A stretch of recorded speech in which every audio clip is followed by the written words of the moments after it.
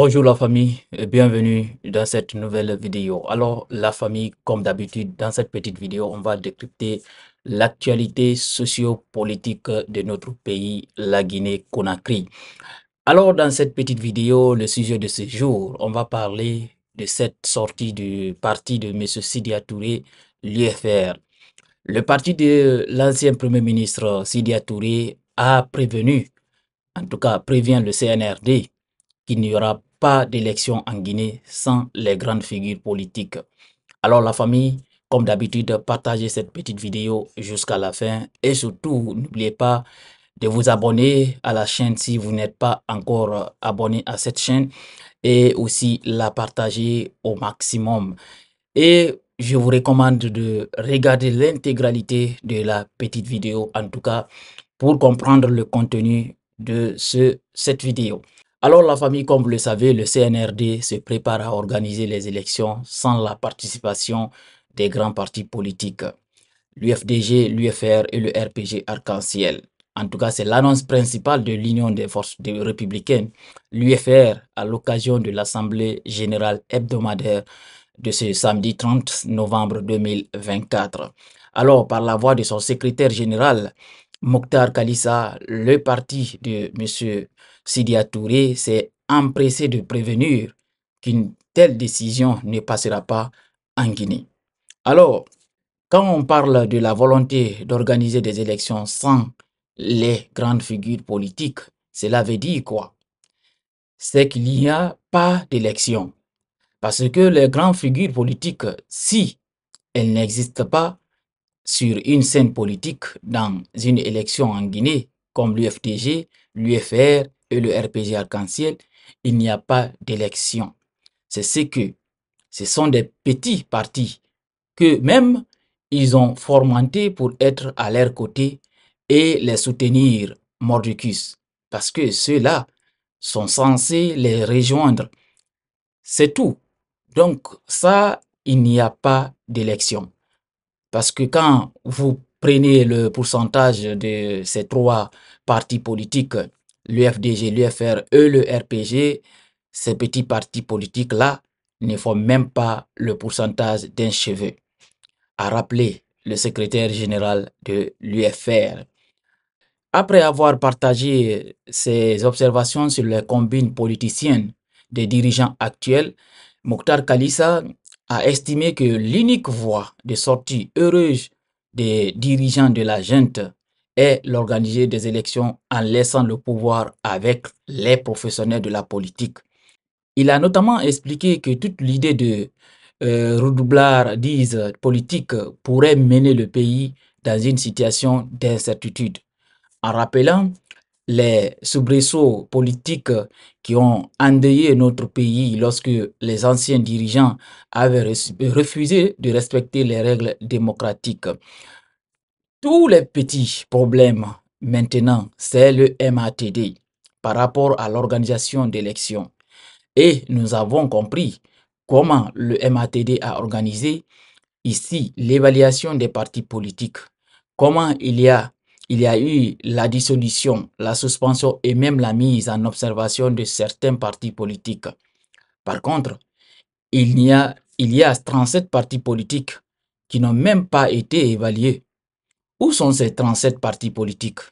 Donc, si le CNRD veut organiser des élections, nous voulons des élections libres et transparentes, sans une candidature du président Mamadi Doumbouya ou des membres du CNRD.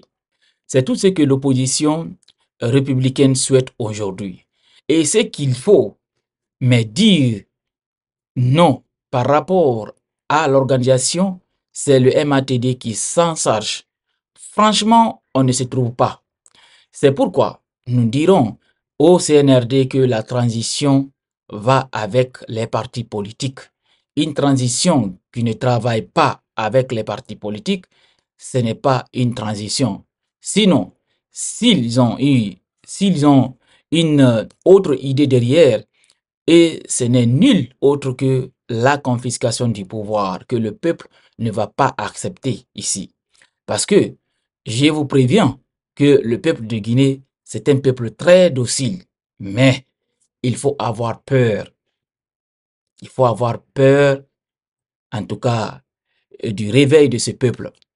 Vous avez vu ici ce que les parents nous ont raconté par rapport à la révolte des femmes au temps de Sékou Touré, le réveil du peuple au temps de Lansana Conté. Ça, c'est devant nous jusqu'au niveau du président Dadis. Tout ce qu'on n'a pas laissé à ces gens-là, on ne laissera pas pour le CNRD et le général Mamadi Doumbouya. Ça, il n'en est pas question, a prévenu le secrétaire général du parti de M. Sidi Touré et M. Kalissa.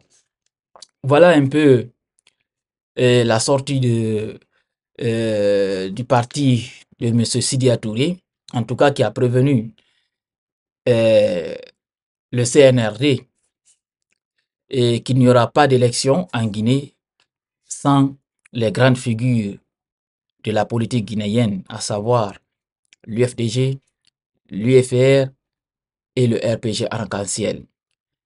Parce que quand même, il faut se dire la vérité. 90% de l'électorat guinéen, c'est les trois partis politiques-là qui détiennent ça. Et comment est-ce possible qu'on organise une élection en Guinée sans la participation de ces partis politiques? Aussi, il faut rappeler que d'abord, aucune décision n'est prise contre ces partis politiques. Personne n'a dit pour l'instant que ces partis politiques ne vont pas participer aux élections. Mais ce qu'il faut savoir, c'est que on a fait une évaluation tout dernièrement où on a classé presque tous les partis politiques dans des catégories. Au fait, tous ces partis politiques-là, on les a déclarés comme des partis politiques qui ne sont pas en règle. Et même les grands partis politiques.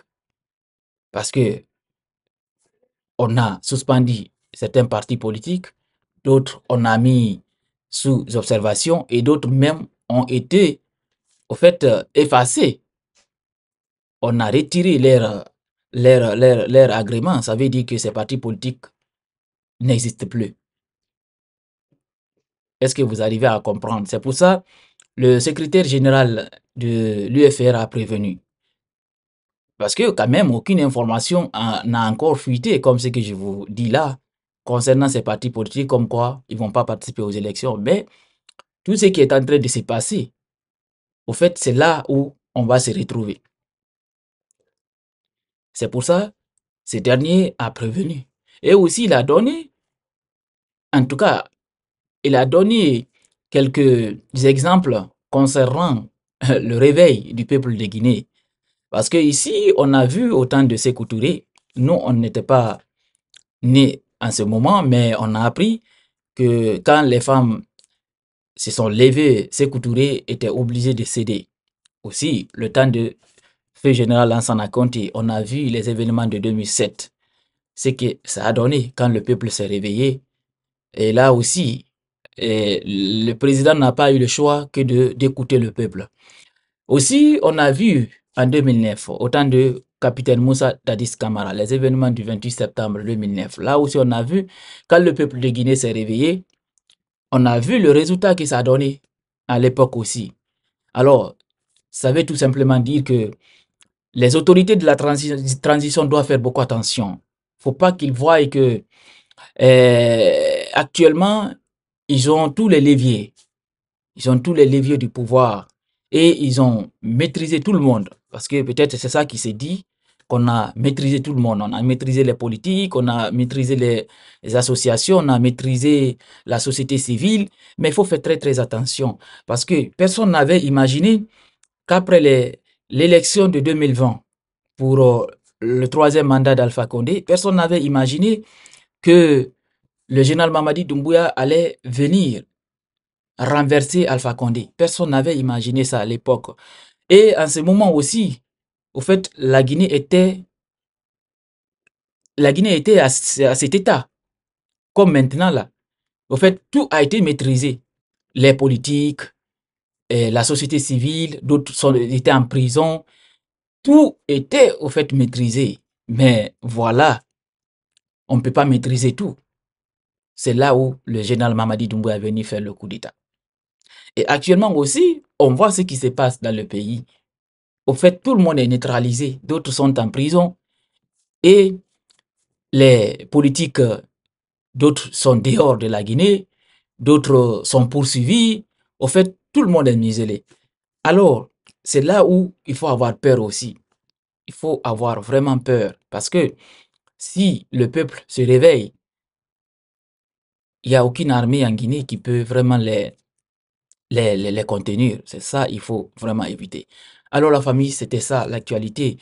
Et cette sortie du secrétaire général de l'IFR, M. Mokhtar Kalissa, qui a donné des conseils et aussi prévenu le CNRD et son président, le général Mamadi Doumbouya. Alors, on se reprend très bientôt pour une nouvelle autre vidéo.